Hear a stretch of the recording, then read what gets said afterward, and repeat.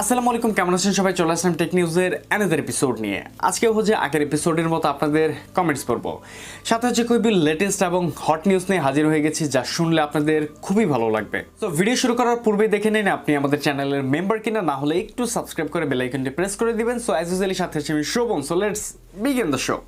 তো একটু মেনশন করতে চাই বে অফ গ্যাজেটকে। তাদের কাছে এই মুহূর্তে প্রচুর পরিমাণ অফার চলছে, যার জন্য বলা যায় আপনি যে কোনো ধরনের স্মার্টফোন এবং গ্যাজেট কেনার ক্ষেত্রে তাদের সাথে কন্ট্যাক্ট করতে পারেন বড় ধরনের ডিসকাউন্ট পাওয়ার জন্য। তো তাদের সম্পর্কে বিস্তারিত রইল ডেসক্রিপশনে।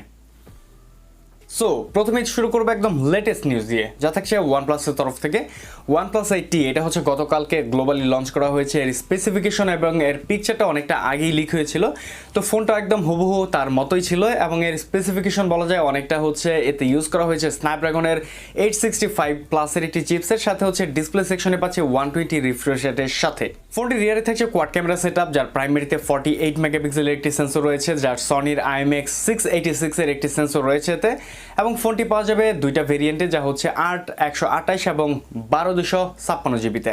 এর চেয়ে প্রিমিয়াম লেগেছে যেহেতু ফোনটিতে ইনক্লুডেড করা হয়েছে 65 ওয়াটের একটি ফাস্ট চার্জিং অ্যাডাপ্টার, যার জন্য বলা যায় এটা ইউজিং এক্সপিরিয়েন্সের ক্ষেত্রে আরেকটু বেটার হচ্ছে এখন। সাথে যদি ফোনগুলোর প্রাইসিং এর কথা বলি, তাহলে বলবো এর আগের ভেরিয়েন্টগুলো থেকে এটার প্রাইসটা একটু স্লাইডলি কম লেগেছে আমার কাছে। যেমন হচ্ছে এর 8GB র্যাম ভেরিয়েন্টের দাম হচ্ছে 600 ইউরোতে এবং এর 12GB র্যাম ভেরিয়েন্টটা পাওয়া যাবে 700 ইউরোতে।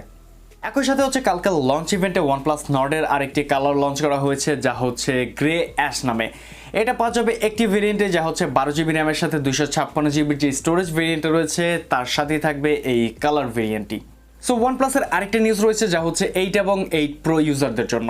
তাদের জন্য সফটওয়্যার সেকশনে অ্যান্ড্রয়েড 11 এবং অক্সিজেন ওএস 11 আসছে। এটা খুবই রিসেন্ট, তারা আপডেটটা পেয়ে যাবে। তবে যারা 7 সিরিজ বা 6 সিরিজের রয়েছেন তাদের জন্য বলতে চাই আপনাদের আপডেটটা পেতে আর একটু দেরি হয়ে যাবে। সো আইফোন মানে কিডনি কোম্পানি পরশু দিনে হচ্ছে তারা 4টা মডেল লঞ্চ করেছে, iPhone 12 mini, 12 pro, 12 pro max নামে। তবে ফোনগুলো নিয়ে আমাদের দেশ সহ প্রায় পুরো পৃথিবীতে বলা যায় একটা মিশ্র প্রতিক্রিয়া চলতেছে। মানে বলা যায় এই ফোনগুলোর একদম ফিজিক্যাল ওভারভিউ একদম 100% এর আগের যে ভেরিয়েন্টগুলো ছিল তার মতোই রয়েছে। এবং এর সাইডে যে একটা রাউন্ড শেপ ছিল সেটা বলা যায় একটু ফ্ল্যাট করা হয়েছে, এছাড়া তেমন কোনো ডিজাইনে পরিবর্তন ছিল না বললেই চলে। তবে বলা যায় হার্ডওয়্যার সেকশনে অনেকটা ইমপ্রুভ করা হয়েছে এতে। এখানে ইউজ করা হয়েছে অ্যাপেলের A14 বায়োনিক, যেটা বলা যায় পৃথিবীর এই মুহূর্তে সবচেয়ে হাইয়েস্ট এবং ফাস্টেস্ট চিপসেট এটি। এই 12 সিরিজের সব ফোনই হচ্ছে ডিসপ্লে সেকশন এবং ক্যামেরা সেকশন নিয়ে স্পেশালি অনেকটা ইমপ্রুভ করা হয়েছে। এবং তার চেয়ে পরিবর্তন বলা যায় ফোনগুলোর বক্সে কোনো চার্জার থাকবে না। এটার জন্য পাবলিক অনেকটাই খেপেছে বলা যায়। এটা অনেকটা ওয়্যারলেসের আওতায় তারা নিয়ে যাচ্ছে। মানে তারা দাবি করছে পৃথিবীর ভারসাম্য এবং পরিবেশ ঠিক রাখার জন্য তারা হচ্ছে চার্জার এবং হেডফোন এটা বক্সে প্রোভাইড করা একদম বন্ধই করে দিচ্ছে, যার জন্য বলা যায় তারা হচ্ছে এখন ওয়্যারলেস চার্জিংয়ের পথেই আগাচ্ছে। সেজন্য বলা যায় অনেকটা আর্লি আমাদের নিয়ে যেতে চাচ্ছে সেদিকেই। তবে আমার একটা কথা হচ্ছে, এখানে ওয়্যারলেস চার্জিং এভাবে যাওয়ার টেকনোলজিটা আমার মনে হয় আরও 1 থেকে 2 বছর যদি অ্যাপেল সময় নিত, তাহলে আমরা যারা ইউজার রয়েছে তারা অনেকটা অভ্যস্ত হয়ে যেতাম, সেক্ষেত্রে একটা পজিটিভ রিভিউ পেত এখানে। সাথে হচ্ছে ফোনগুলোর প্রাইসিং রাখা হয়েছে, আইফোন 12 মিনি হচ্ছে $700, আইফোন 12 হচ্ছে $800, 12 প্রো $1000 এবং 12 প্রো ম্যাক্স পাওয়া যাবে হচ্ছে $1100। এবার চলে যাচ্ছে এর পরের নিউজে। অপর তরফ থেকে একটা স্মার্টফোন লঞ্চ করা হচ্ছে, যা হচ্ছে একদম বাজেট সিরিজের, যা হচ্ছে A15। এই ফোনটি রিয়ারে থাকছে কোয়াড ক্যামেরা সেটআপ, যার প্রাইমারিতে থাকবে 16 মেগাপিক্সেলের একটি মেইন শুটারের সাথে। এবং এর ডিসপ্লেতে থাকবে 6.51 ইঞ্চের একটি IPS প্যানেল এবং এর প্রসেসর সেকশনে থাকছে মিডিয়াটেকের হেলিও P35 এর একটি চিপসেট।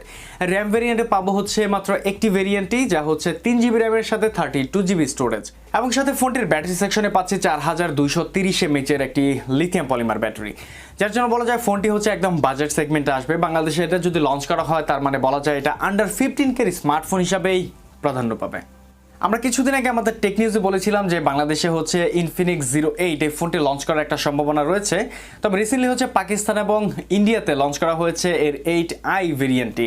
সেটা বলা যায় একটা লাইটার ভেরিয়েন্ট, তবে সব কিছু সিমিলার, জাস্ট এর ক্যামেরা সেগমেন্টে এটা 64 এর জায়গায় এখানে 48 মেগাপিক্সেলের একটি সেন্সর পাচ্ছি। তো মিড বাজেট সেগমেন্টে ইনফিনিক্সের তরফ থেকে ফোনটা হচ্ছে ভালো কিছু স্পেক অফার করেছিল, যেমন হচ্ছে 90 হার্টজের ডিসপ্লে, মিডিয়াটেকের হেলিও G90T প্রসেসর, 8GB র্যামের সাথে 128GB স্টোরেজ। তো 64 4 মেগাপিক্সেলের ক্যামেরা সেন্সর, যার জন্য বলা যায় যে এটা যদি বাংলাদেশে লঞ্চ করতো ইনফিনিক্স আর একটু মানে তাদের মিড বাজেট সেক্টরটা একটু শক্ত করতে পারতো। সেজন্য বলা যায় ইন্ডিয়া এবং পাকিস্তানে যেহেতু লঞ্চ করা হয়ে গেছে, অবভিয়াসলি বলা যায় বাংলাদেশেও একটা লঞ্চ করার প্রসেস হয়তোবা চলছে। তো দেখা যাক লাস্ট অব্দি বাংলাদেশে এটা লঞ্চ করে কিনা এবং কোন কোন ভেরিয়েন্টে লঞ্চ করে সেটাই দেখার বাকি। এবার চলে আসলাম একটা জবরদস্ত নিউজ, যা হচ্ছে রেডমি নোট 10 সিরিজ। এটা নিয়ে অনেকটাই আলোচনা সমালোচনা হচ্ছে, যেহেতু 10 একটা স্পেশাল নাম, যার জন্য বলা যায় এটাতে তারা অনেকটাই কাস্টমাইজ করছে। যেমন হচ্ছে প্রাইমারিলি বলা যায় এর ক্যামেরা সেকশন ইউজ করতে যাচ্ছে 108 মেগাপিক্সেলের কোনো একটা সেন্সর ইউজ করতে যাচ্ছে। যেহেতু রেডমি নোট 10 এটা নামটা একটু 10 যেহেতু স্পেশাল, যার জন্য বলা যায় এটা তারা একটি স্পেশাল এডিশনের মাধ্যমে হয়তো বা আমাদেরকে উপহার দিতে চাচ্ছে। মানে বলা যায় রেডমি নোট সিরিজটা যেহেতু এমনি অনেকটা পপুলার, যার জন্য বলা যায় এই ফোনটাকে একটু স্পেশালভাবেই হয়তো বা তারা রেডি করছে। সো এবার চলে যাবো আরেকটা অসাম নিউজ, যা থাকছে হুয়াওয়ে মেট 30 এর পরে এবার লঞ্চ করতে যাচ্ছে হুয়াওয়ে মেট 40 সিরিজ। তার মানে বলা যায় তারা হচ্ছে একের পর এক ফোন লঞ্চ করেই যাচ্ছে, বাট হচ্ছে বাংলাদেশ সহ অন্যান্য দেশ থেকে তারা তাদের বিজনেস অনেকটা গুটিয়ে নিচ্ছে বলা যায়। তবে এই সিরিজটা যেহেতু লঞ্চ করতে যায়, তার জন্য আমি আপনাদের কিছু ইনফরমেশন দিতে চাই। টেক ইন্ডাস্ট্রিতে একটা কথা চলছে, যা হচ্ছে হুয়াওয়ের হারমোনি ওএস এটা হচ্ছে অ্যান্ড্রয়েডের জায়গাটা একটা সময় দখল করে ফেলবে। এটা জানি এখন শুনলে অনেকে হাসবে, বাট এইটা হচ্ছে ফিউচারে একটা প্ল্যান হওয়ার সম্ভাবনা রয়েছে। যেমন হচ্ছে বলা যায় যে চাইনিজ যে ব্র্যান্ডগুলো আছে, যেমন হচ্ছে Huawei, Oppo, Vivo, Realme, OnePlus, এই কোম্পানিগুলো হচ্ছে সম্পূর্ণই হচ্ছে চাইনিজ ব্র্যান্ড। যার জন্য বলা যায় হুয়াওয়ে যেহেতু তাদের হারমোনি ওএসটাকে ডেভেলপ করে ফেলেছে, প্লাস হচ্ছে ইউএসএতে যেহেতু তাদেরকে তেমন একটা মূল্যায়ন করা হয় না, যার জন্য বলা যায় চাইনিজ গভর্নমেন্ট যদি একটু ফোর্স করে, প্লাস হচ্ছে হারমোনি ওএসটাকে যদি অ্যান্ড্রয়েডের সমপরিমাণ নিয়ে আসা যায়, সেক্ষেত্রে বলা যায় অন্যান্য কোম্পানি তাদের বিজনেস রিলেটেড হোক এবং তাদের কান্ট্রির যে রিলেটেড হোক, তারা অবশ্যই হারমোনি ওএসে শিফট হতে বাধ্য। আর ওই কোম্পানিগুলো যদি শিফট হয়, তাহলে অবশ্যই আমাদের ওই কোম্পানির ইউজগুলোই আমাদের দেশ বা পৃথিবীতে অনেকটাই ম্যাক্সিমাম ইউজাররাই তারাই রয়েছে। যার জন্য বলা যায় তাদের ফোনগুলো ইউজ করতে হলে অবশ্যই আমাদের হারমোনি ওএসেই শিফট হতে হবে। হয়তো এটা ভবিষ্যতে হতেও পারে, হয়তো বা নাও হতে পারে। তো দেখা যাক ভবিষ্যৎ কি বলে।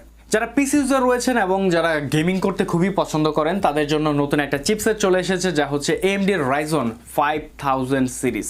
5000 সিরিজের 4টা ভেরিয়েন্ট হয়তো বা তারা নভেম্বরের মধ্যে লঞ্চ করার একটা সম্ভাবনা রয়েছে। যেমন হচ্ছে Ryzen 5 5600X, Ryzen 7 হচ্ছে 5800X, Ryzen 9 হচ্ছে 5900X এবং Ryzen 9 হচ্ছে 5950X।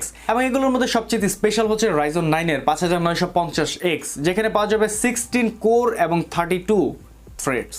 সো বলতে বলতে টেক নিউজের সব নিউজই বলা শেষ। এবার হচ্ছে আপনাদের কমেন্টস পড়বো। সো প্রথমে যে কোশ্চেনটা নিচ্ছি, যার নাম হচ্ছে পুরকায়স্তা পলাশ, সে বলেছে প্রসেসর, র্যাম, রোম এগুলো নিয়ে অনেকে প্রশ্ন করে। সেন্সর, চিপসেট, পিক্সেল ডেন্সিটি, একেবারে কম টাকায় ভালো ফোন, এসব নিয়ে রিভিউ আসতে পারে?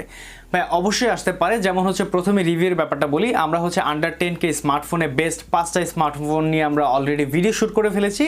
এর এডিটিংয়ের কাজটা এখনও বাকি রয়েছে, যার জন্য আমরা ভিডিওটা আপলোড করতে পারিনি। তবে বলা যায় 2 থেকে 3 দিনের মধ্যে এই ভিডিওটা আপনারা পেয়ে যাবেন। এবার বলা যাক আপনাদের বেসিক র্যাম, রোম বা পিক্সেল ডেন্সিটি এগুলো নিয়ে যে প্রশ্ন, এটার জন্য একটা আলাদা একটা সিরিজই আমার চালু করার ইচ্ছা রয়েছে। যেমন হচ্ছে একদম বেসিক টপিক নিয়ে আলোচনা করার জন্য, যারা হচ্ছে একদম বেসিক জিনিসগুলো জানে না তাদেরকে জানানোর জন্য এই টপিকসটা চালু করার আমার ইচ্ছে রয়েছে। তো সেকেন্ড কমেন্টটা নিচে হচ্ছে ইব্রাহিম মিয়া, সে কমেন্ট করেছিল ভিভো V20 স্মার্টফোনটিতে স্পেসিফিকেশন অনুসারে এটা খুবই ওভার প্রাইস, এর জন্য এই ফোনটা নেওয়া প্রশ্নই আসে না। সেটা আমিও বলবো, আসলে ভিভো V20 যে স্মার্টফোনটা ভিভো বাংলাদেশে লঞ্চ করেছে, যার বলা যায় যে খুবই ভালো একটা ফোন। আমি পার্সোনালি কয়েকদিন ইউজের ফলে এটার অনেকটা ফ্যান হয়ে গিয়েছে আমি। বাট এটার যে প্রাইজিংটা বলা যায় 33,000 টাকায় খুবই বেশি, এটা ওভার প্রাইস বলা যায়। এটা যদি আরও 5,000 টাকা কমে যদি বাংলাদেশে লঞ্চ করা হতো, তাহলে বলা যায় এই বাজেটে এই স্মার্টফোনটি খুবই বেটার একটা চয়েস হতো।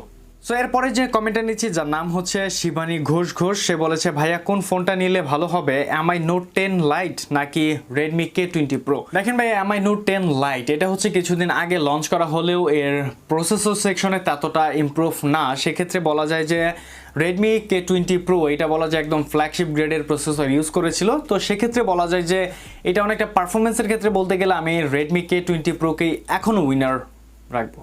তো চলে যাচ্ছে এর পরের কমেন্টে, যে করেছে হচ্ছে এমডি সম্রাট। সে হচ্ছে কমেন্ট করেছিল আমাদের স্ন্যাপড্রাগন 730G এর সাথে মিডিয়াটেকের হেলিও G95 এর চিপসেটের একটি কম্প্যারিজন ভিডিওতে সে বলেছে আমি কারো ফ্যান না, যে ভালো পারফর্ম করবে তার সাথেই আছি আমি। তো এখানে বলতে চাই অবশ্যই ভাইয়ের কথাটা আমার কাছে খুবই ভালো লেগেছে।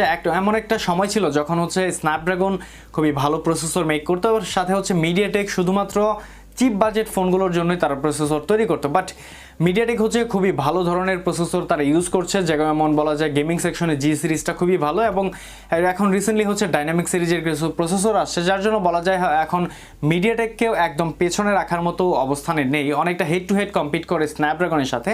যার জন্য বলবো আমাদের এখন উচিত মিডিয়াটেক না স্ন্যাপড্রাগন এই কথাটা বাদ দিয়ে আসলে কোন চিপসেটটা বেটার পারফর্ম করছে সেই চিপসেটটাকে চুজ করা। তো চলে যাচ্ছি এর পরের কমেন্টে, যেখানে হচ্ছে সাদনান ক্রিয়েশন সে হচ্ছে কমেন্ট করেছিল হচ্ছে ভিভো Y20 সাথে হচ্ছে রিয়েলমি C17 এর একটা কম্পারিজন ভিডিওতে। সে বলেছিল থ্যাঙ্কস ভাইয়া রিকোয়েস্টটা রাখার জন্য, আমি ভিডিওটা অনেক দিন থেকে চাচ্ছিলাম, আপনি শেষে আমার রিকোয়েস্টটা রাখলেন, ভালোবাসা অবিরাম। ভাই এই ভিডিওটা মেক করার জন্য আপনি সহ অনেকেই আমাকে রিকোয়েস্ট করেছে, যার জন্য বলা যায় একটা তাড়াহুড়া করে এই ভিডিওটা আপনাদের জন্য আপলোড করেছি, যার জন্য বলা যায় আপনাদের রিকোয়েস্টগুলো রাখার জন্যই হয়তোবা আমরা চ্যানেলগুলোতে কাজ করি এবং আপনাদের রিকোয়েস্টের উপরে ভিডিওগুলো মেক করতে আমরা অনেকটা স্বাচ্ছন্দ্য বোধ করি। সেজন্য বলবো আমাদের সাথে অবশ্যই কানেক্টেড থাকবেন এবং ভবিষ্যতে আমরা অনেক দূর যেতে চাই।